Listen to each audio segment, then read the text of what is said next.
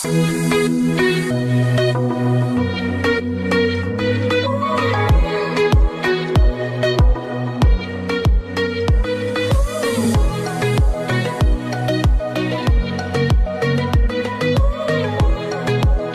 nos choix à découvrir pour les top 10 des nouveaux jeux sur PC.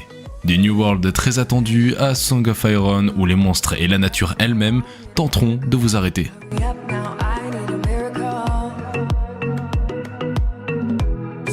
New World PC. La date de sortie de New World était le 28 septembre 2021. Le préchargement est disponible dès maintenant. New World n'a pas eu la tâche facile pour obtenir une date de lancement.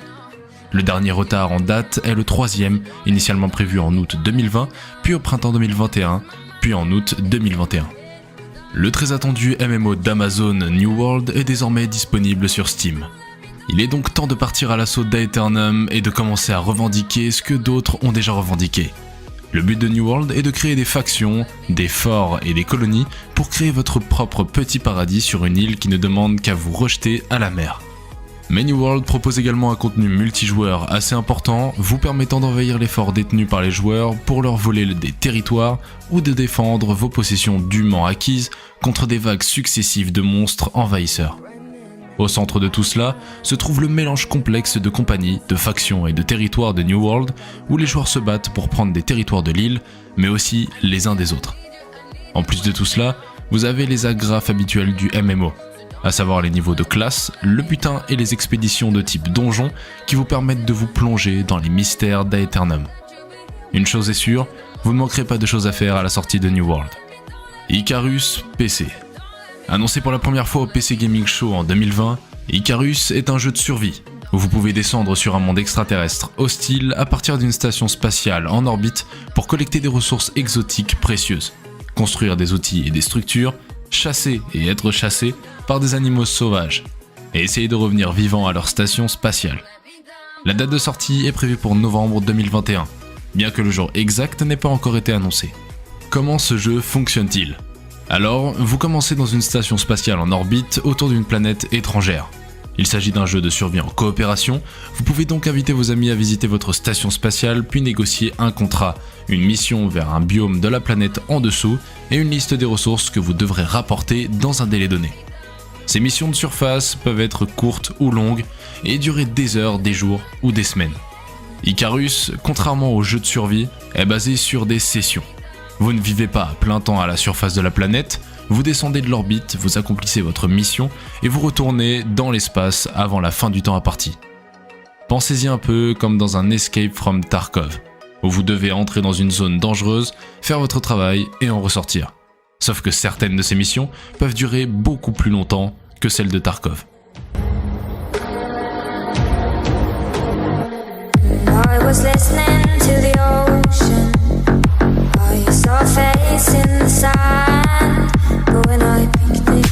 Skatebird, PC, Xbox et Switch. Skatebird est un jeu qui met en scène un oiseau sur une planche. Une planche à roulettes, c'est-à-dire une toute petite planche à roulettes dans un tout petit skatepark, fait de crayons, de gomme, d'agrafeuses et d'autres détritus de bureau. Glass Bottom Games, qui a déjà publié Spartan Fist et Hot Tin Roof, The Cat That Wore a Fedora, a dévoilé son nouveau projet en début de semaine avec un trailer d'annonce aussi mignon qu'il en a l'air. L'idée est que vous allez remonter le moral de votre grand ami, un ancien skater qui a un travail qu'il déteste, en étant un petit oiseau skater. Vous vous ferez des amis sur Twitter, le premier réseau social pour les oiseaux. Au fur et à mesure que vos compétences s'amélioreront, vous vous ferez des amis, vous attirez des foules d'oiseaux dans votre parc et vous organiserez même des événements. Le plus important, c'est que vous vous efforcerez d'être le meilleur skateboarder possible. Le jeu a l'air idiot, mais la fondatrice de Glass Bottom Games, Megan Fox, a déclaré qu'il s'agit d'un vrai jeu de skate, pas d'une blague, mais dans la veine de Tony Hawk's Pro Skater, plutôt que de jeux plus exigeants et basés sur les compétences comme skate. Naraka Blade Point, PC. Vous pouvez ne pas prendre Naraka Blade Point sérieusement au début, car c'est un jeu qui ne vous donnera pas beaucoup de raisons de le faire. Dans son tutoriel, ce jeu de bataille royale axé sur la mêlée vous apprend à faire des combos en cliquant plusieurs fois. Pas de problème, puis présente son étrange système de contre sans vraiment l'expliquer. Ensuite, il vous fait rencontrer des bots pour votre première partie. Les bots se comportent comme des moustiques dont les cerveaux ont été récemment transplantés dans des corps humains. Quelques parties plus tard, cependant, la véritable nature de la bataille royale d'arts martiaux à 60 joueurs s'est révélée. Un instant, vous êtes Donnie Yen, et l'instant d'après, vous vous efforcez de trouver le bouton ramasser pour l'épée qui vient de vous échapper des mains dans un tourbillon d'effets de particules. Mais c'est trop tard. Comme le dirait le méchant Kenshiro de Fist on the North Star, vous êtes déjà mort. Humankind, PC. Amplitude Studio a passé une décennie à se préparer à réécrire ce mythe. Humankind en est le résultat. Un mastodonte de l'histoire qui peut vous tenir en haleine jusqu'au lever du soleil à plusieurs reprises. Mais en essayant de créer sa propre civilisation, Amplitude a peut-être sacrifié trop de ce qui faisait ses premiers jeux, Endless Legend en particulier, des bizarreries si convaincantes. Normalement, vous devriez d'abord choisir une civ, une faction ou une race de dragons intello, puis fonder une ville, mais pas ici. Avant de choisir un site pour votre première colonie, ou même de choisir une culture, vous devez d'abord explorer le monde en tant que tribu nomade néolithique. Au cours de cette phase, vous vous baladez en collectant de la nourriture et d'autres ressources à partir de nœuds dispersés dans le monde entier, avec des pauses où vous pouvez combattre des animaux. Cueillir des baies et battre des mammouths, une journée parfaite pour une famille néolithique. Je suis sûr que tout cela semble assez relaxant. C'est un piège. Il s'agit en fait d'un sprint particulièrement brutal dans le niveau de difficulté le plus élevé, où vous vous battez pour être le premier à figurer sur la liste des cultures jouables et à revendiquer les régions les plus généreuses. Vous avez trouvé un endroit avec du bronze et des chevaux, placez-y un avant-poste aussi vite que possible, puis retournez vous battre avec la faune. Aliens Fireteam Elite, PC, Xbox et PlayStation. Il est tentant de brandir Alien Isolation de 2014 comme la norme à laquelle tous les joueurs Aliens devraient être mesurés. Une horreur intelligente et distillée, où l'ordre froid et stérile d'une station spatiale est déchiré par l'horreur corporelle et les menaces primales inconnues qui se cachent dans les murs. La réalité est qu'au cours des plus de 40 ans qui se sont écoulés depuis le film original, la série a été façonnée à la fois par de l'action gung-ho et par une bonne dose de schlock. Et tout comme vous pouvez apprécier les films Aliens suivants sans les comparer à l'original, vous pouvez apprécier les jeux Aliens sans les comparer au magistral Isolation. Ainsi, avec le bon état d'esprit, Aliens Fireteam Elite est un jeu explosif et stupide. Un jeu d'action basé sur les essaims qui est dérivé de Left 4 Dead et de Gears of War, mais avec quelques petites touches sympathiques qui lui sont propres. Il a cette sensation de budget moyen compétent qui devient lentement identifiable comme le style maison de l'éditeur Focus Home, ce qui est en fait assez rafraîchissant dans une série de jeux vidéo qui a été si prodigue dans le passé. Il y a peu d'histoire, des dialogues de mauvais goût et des PNJ qui parlent sans ouvrir la bouche, mais pas de cette manière éthérée que l'on pourrait qualifier d'artistique. Il est également très dépendant du mode coopératif, et le fait que vous passiez un bon moment ou non sera dicté par le fait que vous jouiez aux côtés de vraies personnes ou des bots gris et aphones qui les remplacent. Cela fait toute la différence. Kena Bridge of Spirits, PC et PlayStation. Kena Bridge of Spirits est un beau jeu, et les comparaisons avec Pixar qui ont circulé sont dans une certaine mesure justifiées. Le monde luxuriant et ses habitants aux grands yeux rayonnants de personnalité, même les bulles de corruption qui gangrènent le pays sont étrangement attrayants.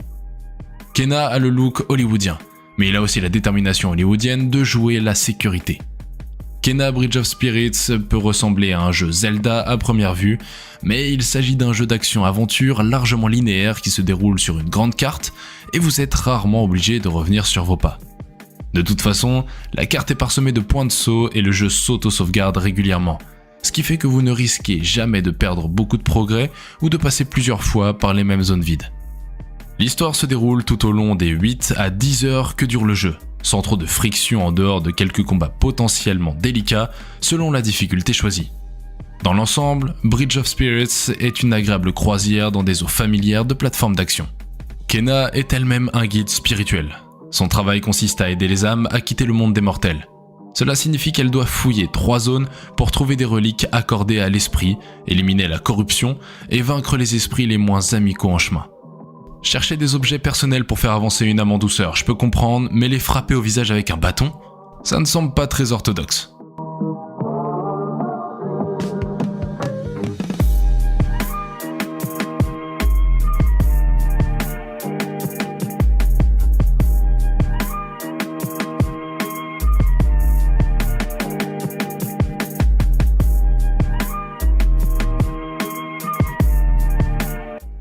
Book of Travels, PC. Vous avez la possibilité de mener des combats qui ont un sens. Quand ils se produisent, ils comportent des risques et ont un impact dramatique sur votre personnage. L'équipe a longtemps débattu pour savoir si le combat devait faire partie du monde, mais il voulait transmettre la sérénité ou le calme du monde et il fallait accentuer cela en ayant un danger juste à l'extérieur de la route. N'est-il pas si fascinant ? Les routes et les chemins constituent une navigation importante, mais tout vagabond sait que ce qui se trouve hors des sentiers battus vaut la peine d'être découvert, même si le danger se trouve dans les zones sauvages. Heureusement, vous disposerez de nombreuses compétences et capacités pour vous aider à explorer, et comme pour le combat, Might and Daylight a abordé ces éléments de RPG à sa manière. Ce n'est pas souvent qu'un jeu vous donne l'occasion d'incarner l'archétype du vagabond, mais Might and Daylight semble avoir touché toutes les bonnes notes avec Book of Travels. Le studio prévoit de mettre une petite partie du monde en accès anticipé dans le courant de l'année prochaine, puis d'ouvrir lentement le monde, morceau par morceau. C'est la première fois que j'ai l'impression qu'un MMORPG a été conçu spécialement pour les joueurs qui s'arrêtent pour sentir les fleurs. C'est un monde entier purement conçu pour ceux qui se laissent guider par leur curiosité, et c'est assez spécial.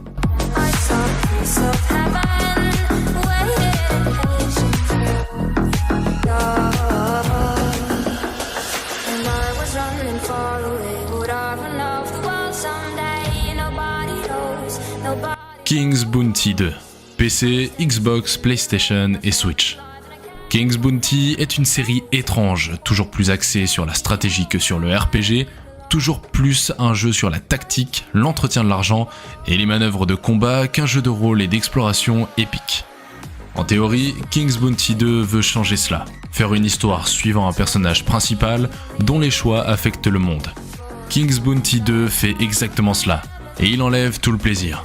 Dans King's Bounty 2, vous choisissez l'un des 3 personnages à suivre dans l'histoire principale, qui suit la même trame.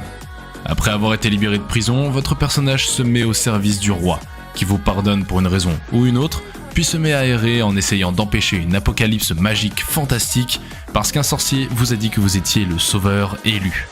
Vous allez ensuite parcourir le monde, faire de nombreuses quêtes secondaires et combattre des batailles. Mais vous ne combattez pas les batailles. Vous vous tenez sur la touche comme une sorte de commandant-chef de file pièces d'artillerie magique et dirigez vos troupes. Ces troupes se battent dans les batailles tactiques, avec 5 unités dansant autour d'arènes étroites basées sur des hexagones. Bien qu'il offre parfois la joie d'un combat tactique basé sur des hexagones, il vous fait perdre beaucoup trop de temps à errer dans un monde sans charme, peuplé de gens ennuyeux.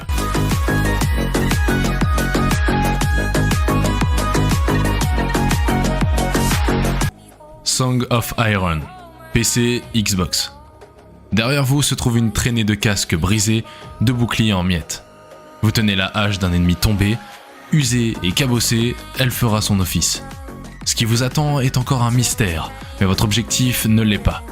Pour sauver votre peuple, vous devez trouver le grand temple des dieux, mais ne vous attendez pas à un accueil chaleureux. Préparez-vous à rencontrer un monde qui s'oppose à vous. Dans Song of Iron, les hommes, les monstres et la nature elle-même tenteront de vous arrêter. Combattez-les tous dans cette aventure sordide où le combat est intense, viscéral et dangereux. Utilisez l'arc, la hache et le bouclier pour vous défendre, mais faites attention. Les armes peuvent être perdues, les flèches s'épuiser et le bouclier se briser. Avec le sang de vos ancêtres et le courage retrouvé en cours de route, vous pouvez continuer à vous battre.